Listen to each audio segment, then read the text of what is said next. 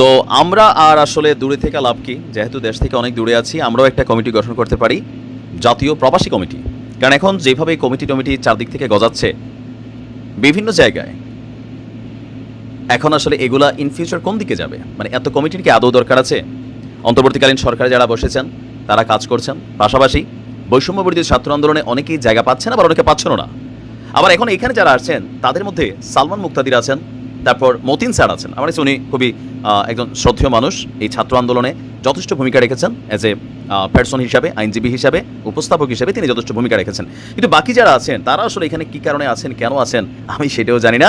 নতুন একটা কমিটি তৈরি করা হয়েছে, জাতীয় নাগরিক কমিটি। এটা আবার সমন্বয়কদের সম্ভবত বড় ভাই টাইপের একটা কমিটি, নাকি ছোট ভাই হিসাবে এটা বড় ভাই টাইপের কমিটি। এখন এটার কেন প্রয়োজন হলো, আসুন দেখি। তাদের অনেক বক্তব্য অ্যানালাইসিস আমি করলাম, অনেকগুলো বক্তব্য শুনলাম, আর্টিকেলও পড়লাম তাদের। বৈষম্য বিরোধী ছাত্রদের নেতৃত্বে জাতীয় নাগরিক কমিটি ঘোষণা, এটার মধ্যে আবার একটা পেস আছে। এই কমিটিটাকে বেসিক্যালি বৈষম্য বিরোধী ছাত্রদের নেতৃত্ব বলতে সমন্বয়ক যে টিমরা আছে তারা না, মূলধারার যে সমন্বয়করা আছে তারা সারা বাংলাদেশে সমন্বয়কদের কমিটি তৈরি করার জন্য কাজ করছে। জেলা পর্যায়ে, উপজেলা পর্যায়ে অলরেডি সার্জিস এবং হাসনাত তারা তাদের সফর শুরুও করেছে। কিন্তু বৈষম্য বিরোধী ছাত্র যারা ওই আন্দোলন করেছে সারা বাংলাদেশের বিভিন্ন জায়গা থেকে, তো এমন অনেকগুলো মানুষ সারা বাংলাদেশ থেকে তো নেওয়া হয় না, ঢাকা বেসিসে হয়। তো সেই আন্দোলনে যারা নেতৃত্ব দিয়েছেন বা যারা বিভিন্ন জায়গায় কাজ করেছেন তাদের সংগঠন হিসাবে এটা সামনে আসলো, জাতীয় নাগরিক কমিটি নামের একটি প্ল্যাটফর্ম ঘোষণা করা হয়েছে। গতকালকে কেন্দ্রীয় শহীদ মিনার থেকে এর ঘোষণা দেওয়া হয়েছে।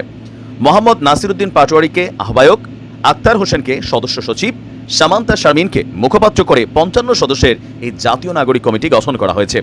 তো এখানে আমি যদি দেখি খুবই গুরুত্বপূর্ণ নাম হিসাবে আমরা ৫৪ নম্বরে সালমান মোহাম্মদ মুক্তাদিরকে পেলাম, আর আমরা যাকে পেলাম মতিন স্যারকে পেলাম। এখানে তাও মতিন স্যারের নামটা কত নম্বরে আমি একটু দেখি। নাহিদা সারোয়ার, আচ্ছা, অনিক রায়, জাভেদ রোশনি, আব্দুল্লাহ আমিন, হুজাইফ ইবনে ইমন, তারপর হচ্ছে আপনার ২৮, ২৯, ৩০, ৩১, ৩২, ৩৩, ৩৪, ৩৫।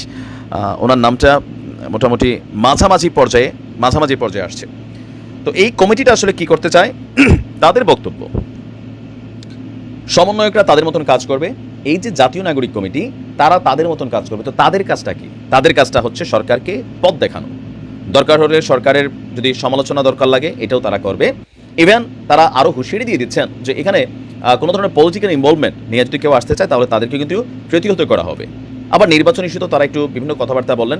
তো সব কিছু মিলে আমার কাছে যেটা মনে হয়েছে যে বৈষম্য বিরোধী আন্দোলনকে কেন্দ্র করে সমন্বয়কদের মূলধারার কমিটিতে বাংলাদেশের অনেক জায়গায় অনেক গুরুত্বপূর্ণ মানুষ কিন্তু জায়গা পায় নাই।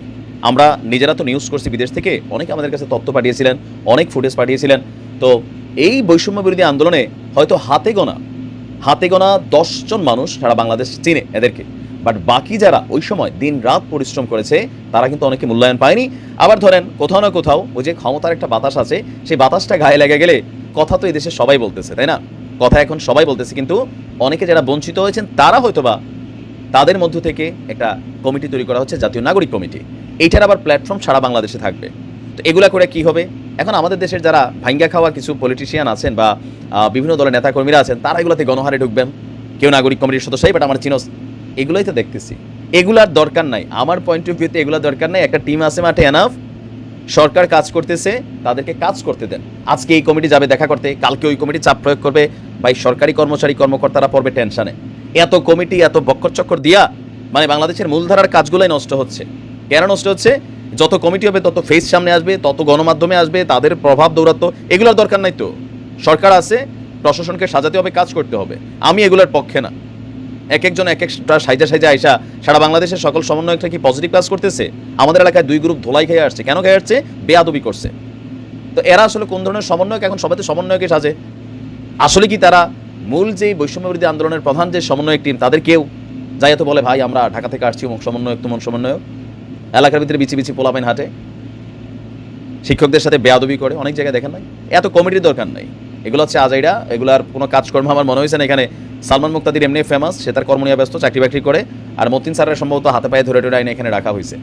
আর ওই যে বিপিনুরের বিকাশ পার্টির একটা আছে এখানে, কি জানি নাম, সেও আছে। তো এদের আসলে কাজ কারবার আমি জানি না যে কোন পর্যায়ে যাবে, বাট আমি এটার পক্ষে না। ভালো।